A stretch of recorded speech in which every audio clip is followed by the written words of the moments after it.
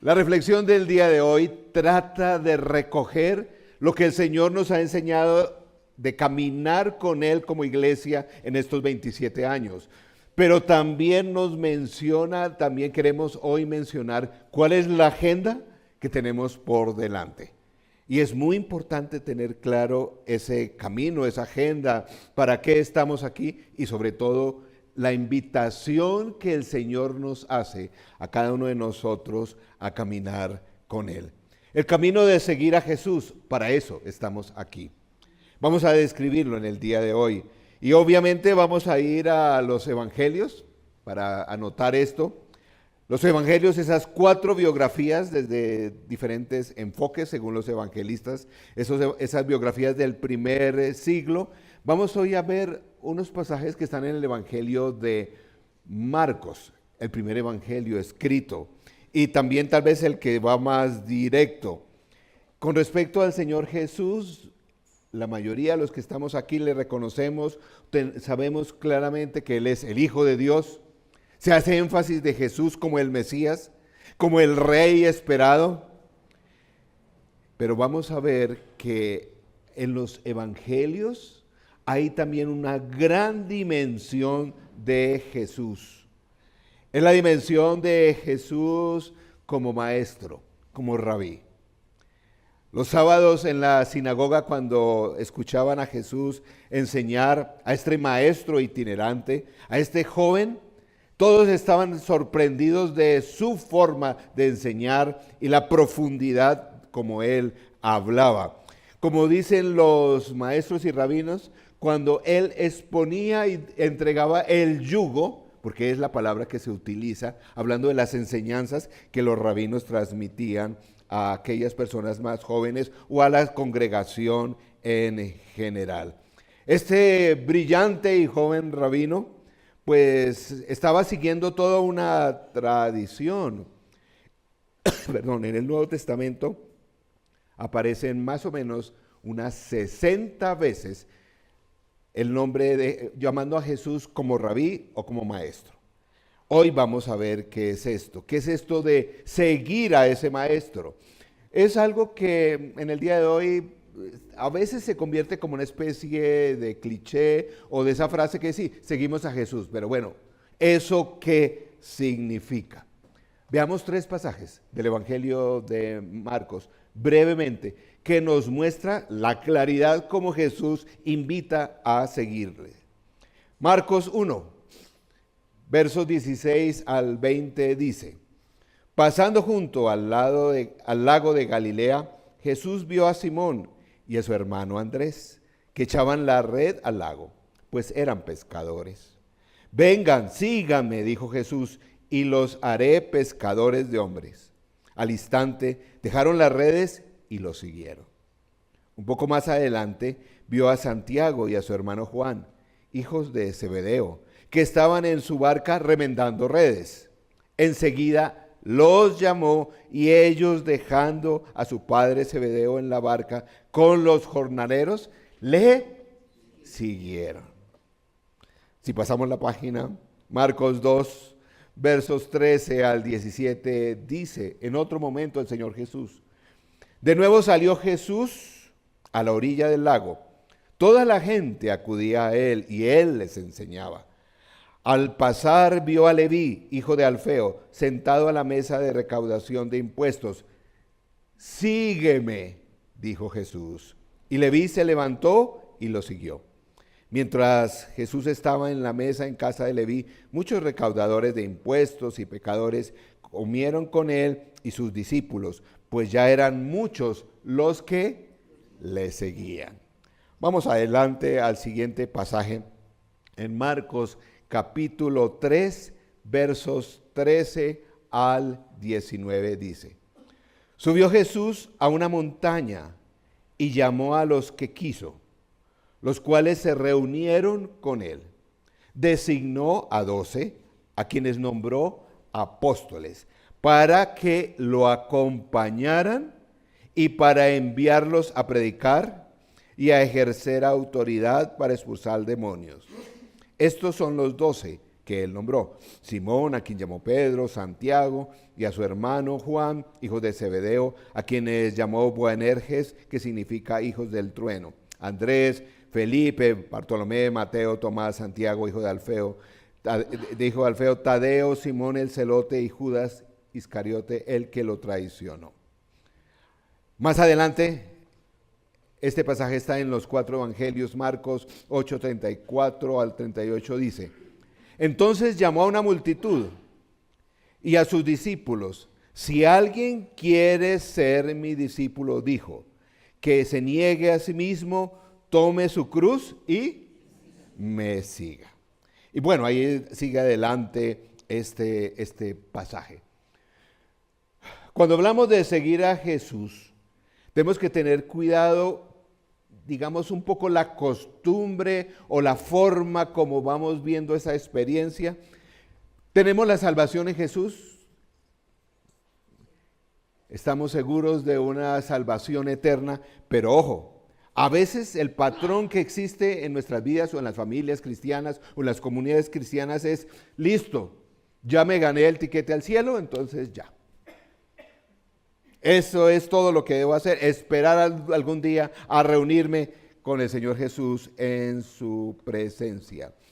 Pero eso no es así. El Señor nos llama a ser discípulos, a ser sus discípulos. Vamos a ver qué significa, porque también en el día de hoy, cualquier persona a veces que haya pasado, yo creo que más de un mes en una iglesia cristiana, ha escuchado esa palabra. Discípulos, discípulos, me discipulan. Bueno, ¿qué es? ¿Qué significa? Porque nuevamente, a veces de tanto repetir, como que va perdiendo el sentido. 2 palabras en los idiomas originales del texto bíblico. En griego, la palabra mathetes, que significa discípulo; en el hebreo, la palabra talmid, que significa también discípulo. Literalmente, ¿qué es esto? Es un seguidor, un estudiante, un aprendiz. La palabra o la expresión que mejor refleja el significado bíblico de ser un discípulo es ser un aprendiz. Y es una palabra que vamos a utilizar mucho aquí en esta comunidad. Ser un aprendiz de Jesús. Eso es ser un seguidor de Jesús. No es como, en el día de hoy, la palabra seguir a alguien, pues ya, eso como que pierde un poco de sentido. Porque, ¿cuántos seguidores tienes en Twitter? Bueno, ¿cuántos te siguen en Instagram? No, esto es más que eso. Esto tampoco, ser un seguidor de Jesús, a veces las personas tienen la idea, tal vez porque la misma iglesia, tenemos nuestros tiempos de predicación, es que uno se sienta a escuchar a un maestro que habla y habla, como en una cátedra, en una universidad. Es más que eso. La palabra discípulo es un aprendiz. Además, ¿saben qué? No la inventó Jesús. Es más, no es de origen hebreo. En la época de Jesús antes de Jesús, habían otros rabís, otros maestros que tenían discípulos. Probablemente si han leído algo de la historia, hay grandes maestros también en la época de Jesús. El rabí Gilel, decían que tenía miles también, tenía como 5,000 seguidores. El rabí Akiva tenía 10, 20 rabís muy importantes en la época antecesora a Jesús. Pero aún ese concepto no es hebreo.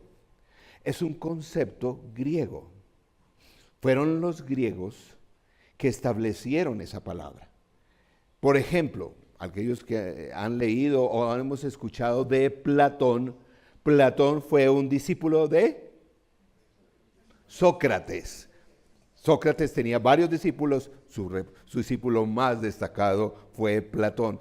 Este fue un concepto que se extendió por todo el Imperio Romano, pero por causa de ellos. Fueron los griegos, fueron los romanos que extendieron ese concepto. Veamos ahora, dentro de la educación judía, porque esto es muy importante. Muchas de las cosas que no entendemos de los evangelios es porque estamos muy lejos de la cultura judía. Veamos un poquito qué es la educación judía. En la educación judía, ser un discípulo del maestro era tal vez el nivel más alto. El nivel más básico se hacía en una institución, más que un lugar, es también una institución que se llamaba la Casa del Libro, Beit Sefer. Ahí iban los jovencitos, niños y niñas, les enseñaban, era como una especie de colegio, las matemáticas, a contar, las cosas básicas, y en esa escuela les ayudaban a memorizar la Torá. ¿Qué es la Torá? Los 5 primeros libros del Antiguo Testamento. Imagínense. ¿Cuáles son? Génesis, Éxodo, Levítico, Números y Deuteronomio. Imagínense, de memoria. Un pelado a los 12, 13 años, niños y niñas, terminaban más, recuerdo, para no sentirnos tan mal. Recuerden, es una cultura fundamentalmente oral, donde rápidamente la gente estaba acostumbrada a memorizar al escuchar. Pero imagínense, a los 12 o 13 años ya se sabían de memoria. Eso es primero. Los muchachos después de esa época, pues seguían su entrenamiento con sus papás, agricultores, carpinteros, lo que fuera. También era una época que ya los estaban preparando para casarse. Eso eran rapidito que se casaban y tenían familia. Pero algunos que tenían, ahí sí se necesitaban más recursos económicos, no era para todo el mundo, iban a otra escuela. Y ahí también en aquella época había una discriminación, para decir. En ese segundo nivel de escuela solo iban los hombres. A ese segundo nivel solo, que se llamaba la casa de estudio, el Beit Talmud, que allí, el Beit Midrash, en esta casa de estudio, de entre los 12 a los 15 años, tenían un profesor, había profesores de tiempo completo, eran los escribas, que les enseñaban todo el Antiguo Testamento. Obviamente les enseñaba cosas prácticas de la vida familiar, etcétera, a los varones. Al finalizar esta etapa, también de 2 a 3 años, ya habían memorizado, adivine qué, todo el Antiguo Testamento. Oiga, eso sí era conocimiento bíblico. Ahí terminaba la educación, pero había un grupo de selectos estudiantes, los más avanzados, lo mejor de lo mejor, iban a la casa de estudio, Beit Midrash, ya más allá Beit Talmud, que iban más allá, iban a recibir una educación muy especial. El rabí de esa comunidad los entrevistaba. Les preguntaba, o varios rabís. Eso sí que, no sé, los exámenes de la universidad son facilito. Pero aquí les hablaban de conocimientos del hebreo, ética, historia de Israel, su comportamiento, familia. Al final de ese periodo de examen, que duraba a veces como una semana, ¿se imagina? El rabí reunía a todos los candidatos y a los mejores, a lo mejor, de lo mejor, de lo mejor, les decían, vengan y síganme. Vengan y síganme. Y los invitaba a ser también maestros. Ahora vengan y síganme. Sean aprendices de un rabí. Después, ellos iban también a una escuela específica para rabinos. Esto en el camino de ser un aprendiz de Jesús, ¿qué significa? Significaba 3 cosas en aquel entonces. Seguir a un maestro significaba 3 cosas y es lo que queremos hoy resaltar. En primero, significa seguir a un maestro, seguir a su rabí, seguir, en este caso, ser un aprendiz del rabí es estar con él. Estos jóvenes estaban con él todo el tiempo. La invitación era estar con él todo el tiempo. Es decir, iban de camino con él, comían con él, hacían los oficios con él, recibían instrucción particular. Todas las actividades que tenía un rabí en la comunidad estaban siempre acompañados. Era una compañía 24/7, como dicen.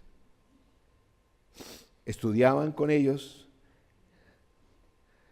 y en la forma como a veces el maestro se dirigía a ellos se sentaban en unos asientos pequeños a los pies del maestro a recibir instrucción. Hay un dicho que en aquella época, una bendición que decían los rabí o para los muchachos, la mayor bendición que podía tener un judío era esta: que yo pueda estar a los pies de mi maestro, que pueda ser cubierto con el polvo del maestro. Porque en aquella época las carreteras y todo esto no era pavimentado y todo eso. Seguir al maestro y seguirlo de cerca era estar tan en contacto con él y poder hacer la voluntad del maestro. Marcos 3:14, el Señor Jesús estaba haciendo lo mismo. Designó a 12 a quienes nombró apóstoles, ¿para qué? Para que lo acompañaran. Esto de seguir a Jesús no era raticos. Sus discípulos eran estar con él todo el tiempo. Por eso leemos los evangelios y vemos que estaban allí. Hasta las fiestas que invitaban a Jesús, ¿se acuerdan? Iba con toda su patota ahí, porque debían estar con él todo el tiempo. Y para enviarlos a predicar, ejercer autoridad, etcétera, etcétera. Primera cosa que implica el llamado del Señor Jesús, o por lo menos de un rabí, es a estar con él todo el tiempo. En segundo lugar, el llamado era a ser como su maestro. A ser como él. Hay un pasaje muy claro en Lucas capítulo 6, 40, dice: el discípulo no es superior a su maestro, pero todo el que haya completado su aprendizaje, ahora entienden en esa cultura lo que implicaba, será como su maestro. Wow. ¿Saben el desafío de seguir al maestro? Es ser como él. Ser como una copia. Era común en aquella época que hasta los seguidores de un maestro, de un rabí, terminaban hablando igual. Tenían como el mismo acento, la forma, copiaban su forma de caminar. En una sociedad como la de hoy, sí que es difícil a veces eso. Donde se invita, no, tú eres único, tú no es cierto. Y debes expresar tu individualidad. Es muy interesante.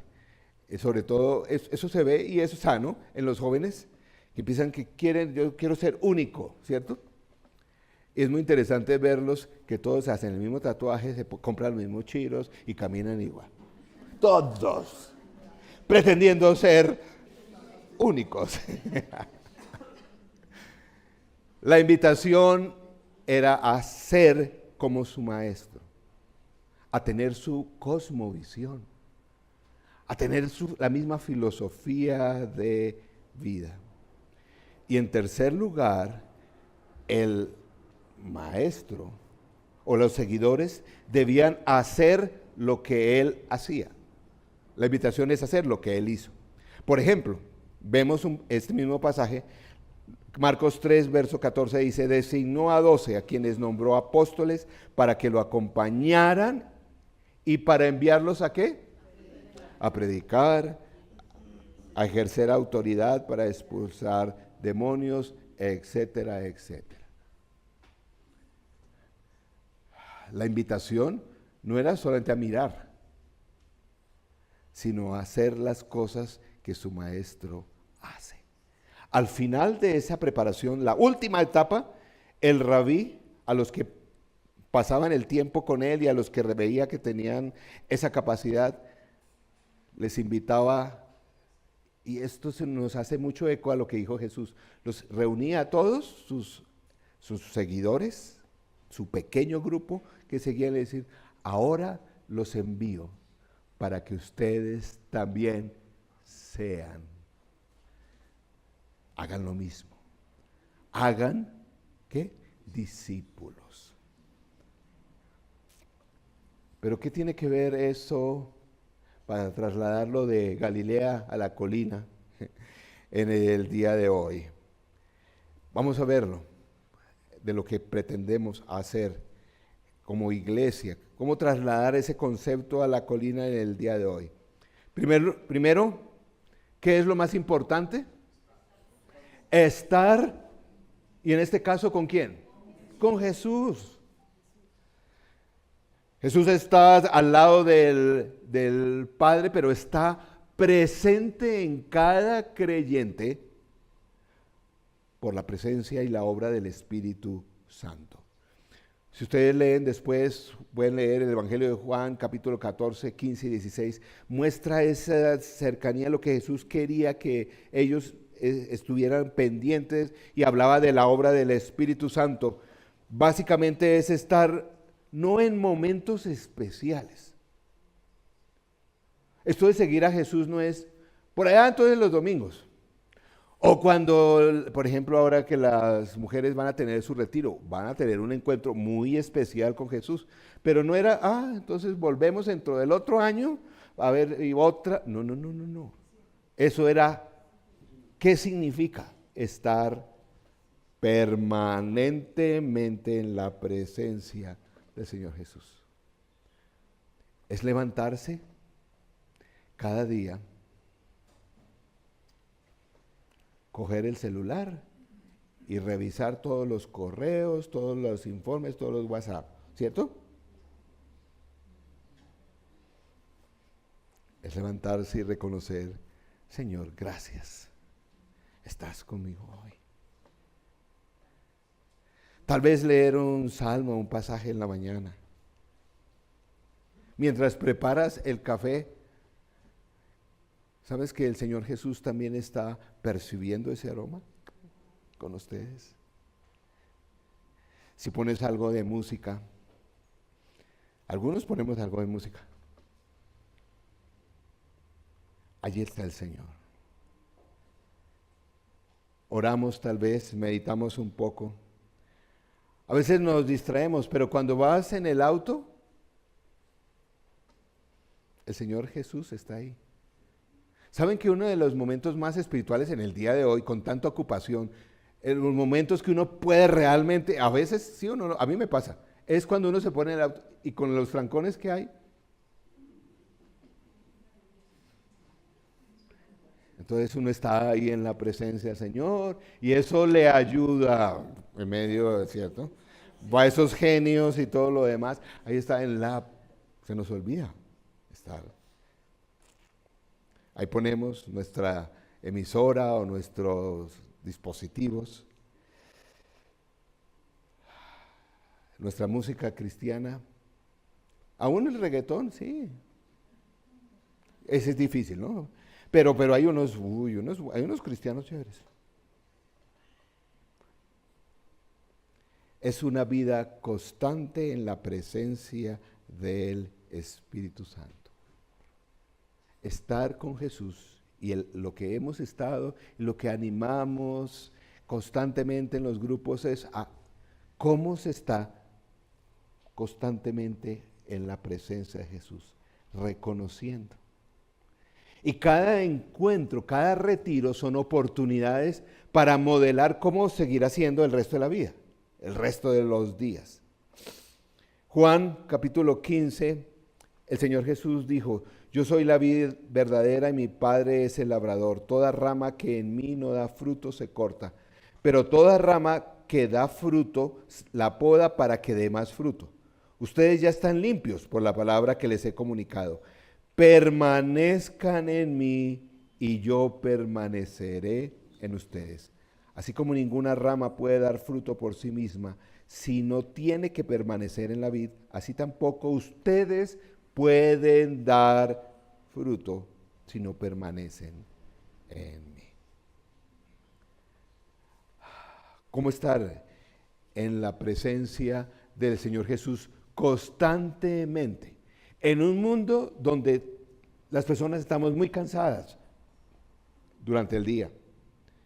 Es tal vez la época más difícil de reconocer la presencia del Señor Jesús. Por el celular, las pantallas, por los hijos, cada vez el trabajo es más demandante, cada vez es más difícil estar constantemente en la presencia del Señor. Por eso, cada vez que hablamos en esta comunidad de prácticas espirituales, son ejercicios que nos ayudan a estar en la presencia del Señor Jesús. No es simplemente porque es que toca, es un mandato o algo así, son recursos. Cuando hablamos del silencio, de la oración, del ayuno, la adoración dominical, en fin, aprender a respirar y estar en la presencia del Señor Jesús. Ahora es muy difícil, porque si en general quitamos todos estos elementos, como dicen los jóvenes, tienen esa capacidad de aburrirse en un minuto. Y todos estamos en ese ritmo, que no podemos pasar un minuto de silencio, 5 minutos. ¿Usted no ha visto eso? Que llegan en una fila, oiga, ¿por qué no en una fila de esas largas que hay, uno disfruta ver Señor Jesús, cómo puedo hablar? Pero uno, ¿qué es lo primero que se hace si uno tiene estos aparatos? Denle. Qué difícil es esto el día de hoy. Pero todos estos recursos son necesarios para crear esa conciencia y ese hábito de estar en la presencia del Señor Jesús. El segundo aspecto de ser seguidor de Jesús implica ¿qué? Ser como Jesús. Y es cuando uno dice, uy, pero no, pero sí. Es la expectativa del maestro, ser como él. Eso es lo que antes, y ya no se usa tanto la palabra porque crea demasiada resistencia, es la santidad. Cuando habla, uy, santo, no, uy, bueno, así, ¿cómo así? En términos prácticos, ¿qué es la santidad? Ser como Jesús. No es ser un moralista, no es ser una persona que está siempre con las leyes, con los mandatos, no, es ser como Él es. Como lo dice el señor Dallas Willard, filósofo cristiano, dice así: la formación espiritual en la tradición cristiana es un proceso de cada día ser más poseído e impregnado por los rasgos del carácter de Jesús, mientras caminamos en el yugo fácil del discipulado con Jesús, nuestro Maestro. Cada día ser más como Él. Y tenemos desafíos grandes. Cuando el Señor en el Sermón del Monte nos dice, por ejemplo, a amar a los enemigos, cuando nos invita a perdonar, etcétera, etcétera. Y en tercer lugar es hacer lo que Él hizo. Un aprendiz termina su proceso cuando ya hace lo que su maestro les enseñó. La educación ha cambiado en el día de hoy porque no sé cuántos están en esa tarea de ser aprendices de algo. A veces también implica la tecnología. Por ejemplo, aquí en el proceso de construcción conocí a un maestro plomero Era muy interesante, un super plomero, por eso iba ocupado todo el tiempo, es difícil conseguirlo. Y era muy interesante como ver cómo venía con su hijo. Y le enseñaba, ya no se ve tanto eso. Y cómo el joven le alcanzaba las herramientas y a veces lo dejaba hacer ciertas cosas a él solo. Qué importante es aprender. Traté de resumir lo que desde el punto de vista cristiano implica es hacer lo que el maestro hizo. Caminar con Jesús predicando el Evangelio, enseñando el camino a todo ser humano a través de toda una forma de leer la Biblia, curando a los enfermos, expulsando demonios, comiendo y bebiendo con gente alejada de Dios, como los que Jesús comía siempre por alguien que no creía en Él. Haciendo justicia, haciendo paz, orando, profetizando, levantándose en contra de la corrupción religiosa y política. ¿Y saben? Todo esto no ocurre de un día para otro. Uno no se levanta de un día al otro con la capacidad de orar y que se resucite alguien. Uno no se levanta de un día para otro y termina siendo la Madre Teresa II. No, eso es todo un proceso. El llamado que Jesús nos hace y que hacemos en esta comunidad no es a ser cristiano, a ser un aprendiz de Jesús. No es a ser un cristiano. ¿Saben que la palabra cristiano en el Nuevo Testamento aparece solo 3 veces? Y la usaban la gente que no era cristiana para burlarse de los que seguían a Jesús. Les decían, no, los cristianitos. Aparece solo 3 veces. ¿Saben cuántas veces aparece la palabra discípulos de Jesús? A ver, ¿cuántas? Adivinen. 268 veces. Si quiere, léase todo el Nuevo Testamento y cuéntelas. 268 veces. El llamado no es a ser cristiano, sino a ser un aprendiz de Jesús, algo dinámico. Siempre estamos en la capacidad de poder aprender más, de estar más en su presencia. Se han hecho estudios demográficos de las creencias de nuestro país. El 75% de los colombianos se confiesan cristianos.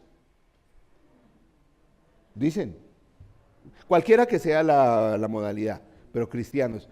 Uno dice, si eso es así, este país, ¿por qué está como? Parece que no estamos como si... Bueno, porque es que cristiano es ir a algunas cosas religiosas, saber algunas cositas de las historias de la Biblia, pero no es esto. Es necesario, el llamado es a ser un aprendiz, no un cristiano. Y eso se hace en el contexto de una comunidad. El Señor Jesús jamás modeló el ser discípulo de Él a alguien solitario. Se hace en comunidad. Y hay un elemento que es muy importante. Se requiere práctica. Y todos los días vamos aprendiendo algunas cosas para reconocer y ser como Jesús. Me explico este concepto de práctica. Porque a veces una cosa es tratar y otra cosa es practicar. Por ejemplo, si yo les digo a ustedes que están inscritos y que el próximo fin de semana, o creo que es en 2 semanas, vamos a tener todos que participar en la media maratón de Bogotá. Y usted ese día se presenta y trata, media maratón son como 21 kilómetros. ¿Sí? 42 es la maratón completa. Y usted va a tratar, ¿cierto? Y se presenta allá. ¿Cómo nos irá a ir?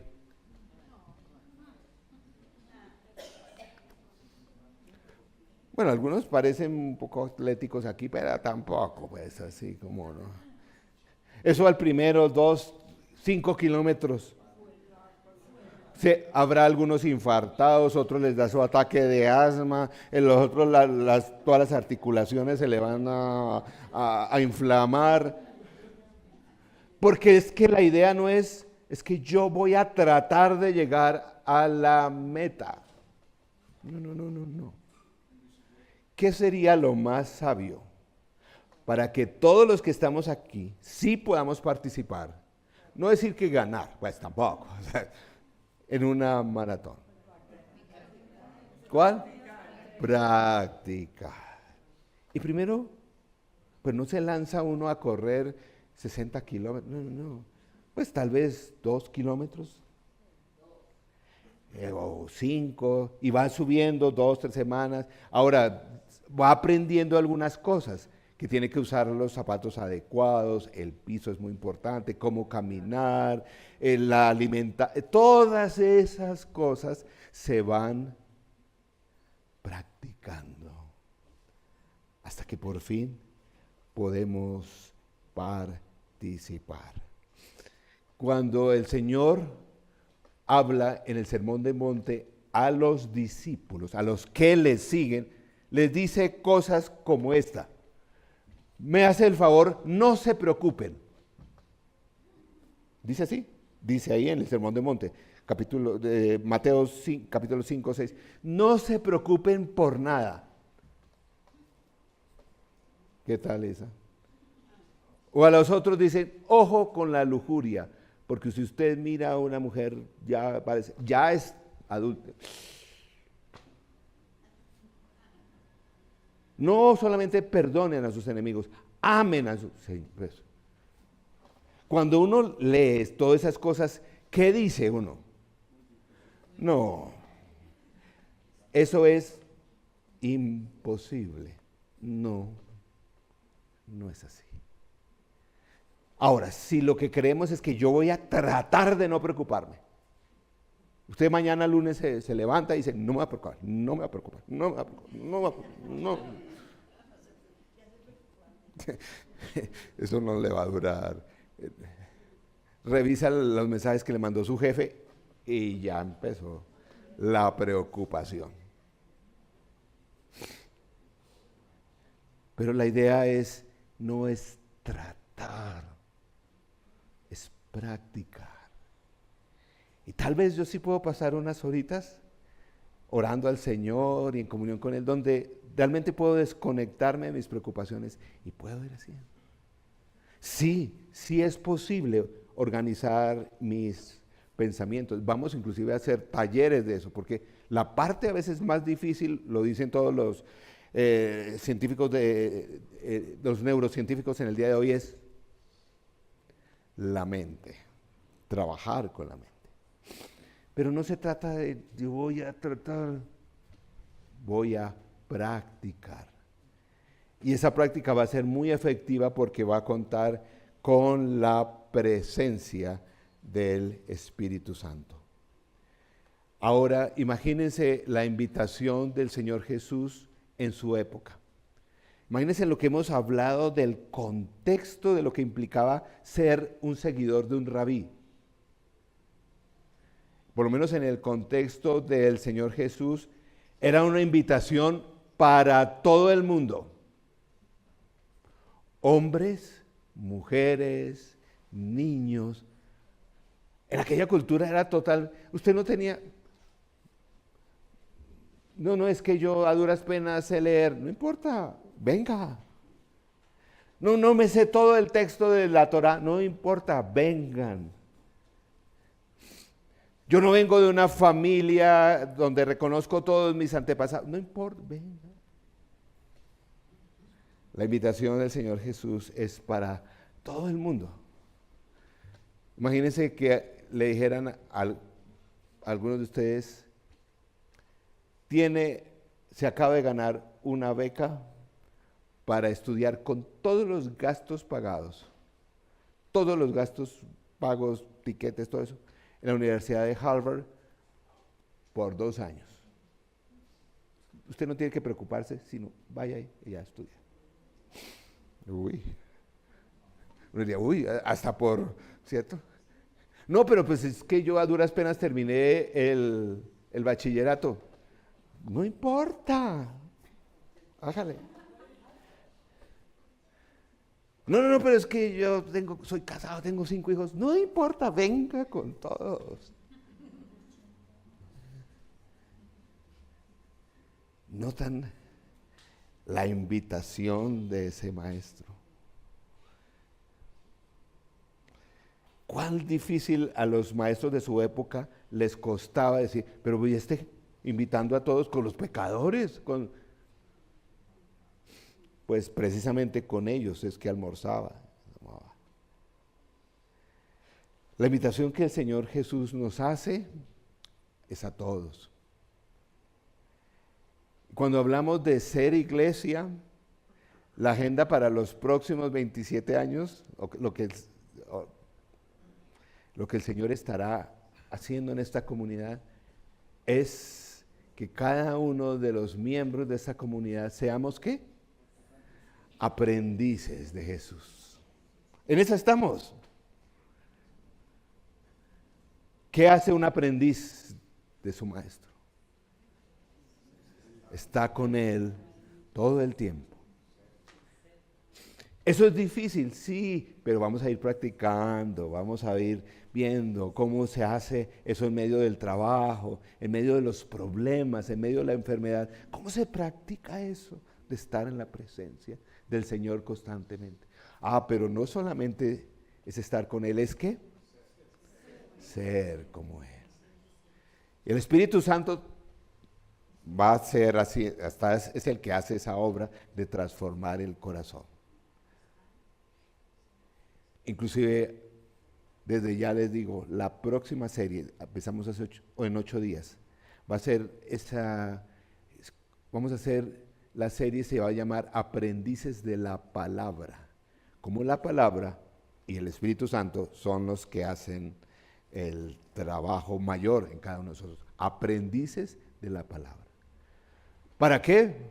Para reaccionar como Jesús reaccionó. Para tener el concepto de las personas que Jesús tiene. Para aprender es difícil, sí, pero por eso vamos practicando.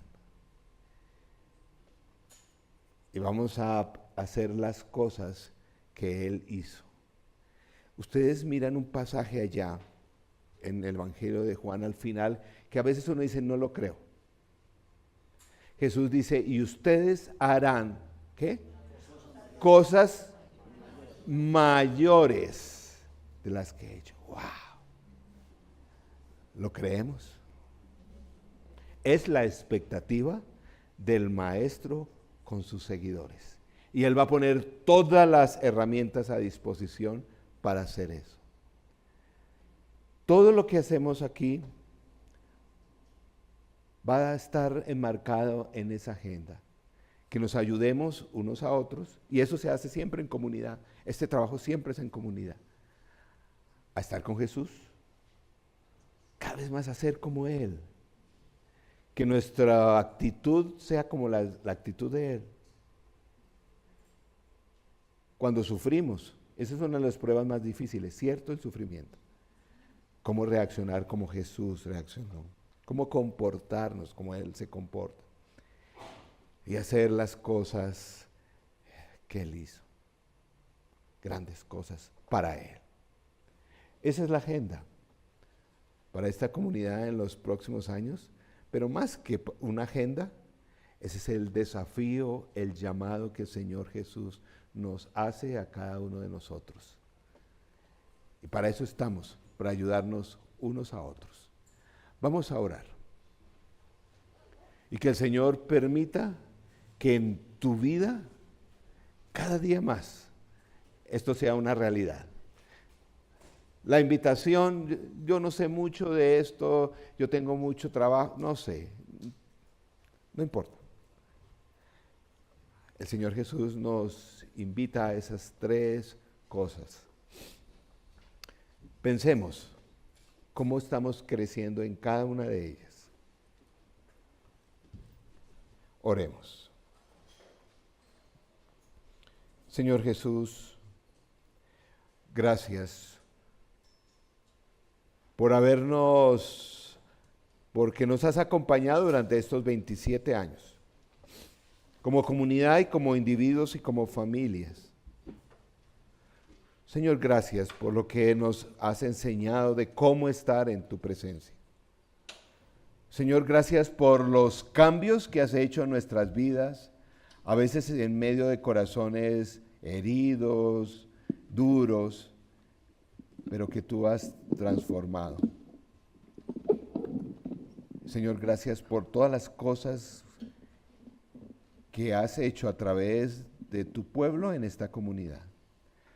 Señor, permítenos a cada uno de nosotros seguir creciendo, seguir practicando, seguir gozando cada vez más de la presencia tuya, acompañando también a otros.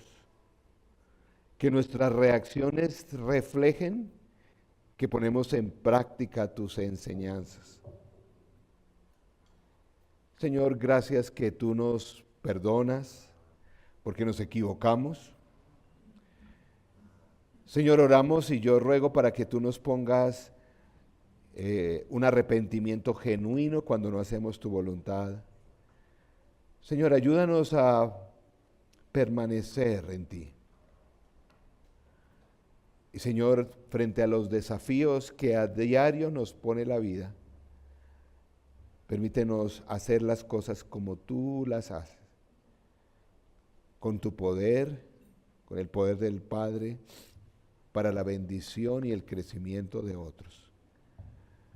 Señor, gracias, porque como orábamos esta mañana, este es un llamado a todas las generaciones.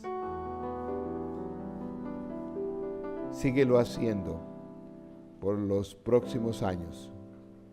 Gracias, que tú eres el más interesado, que podamos ser una comunidad y personas y familias donde estamos constantemente en tu presencia, donde nuestro corazón se parece cada vez más al tuyo y donde hacemos las obras que tú haces, Señor. Gracias. En tu nombre oramos. Amén.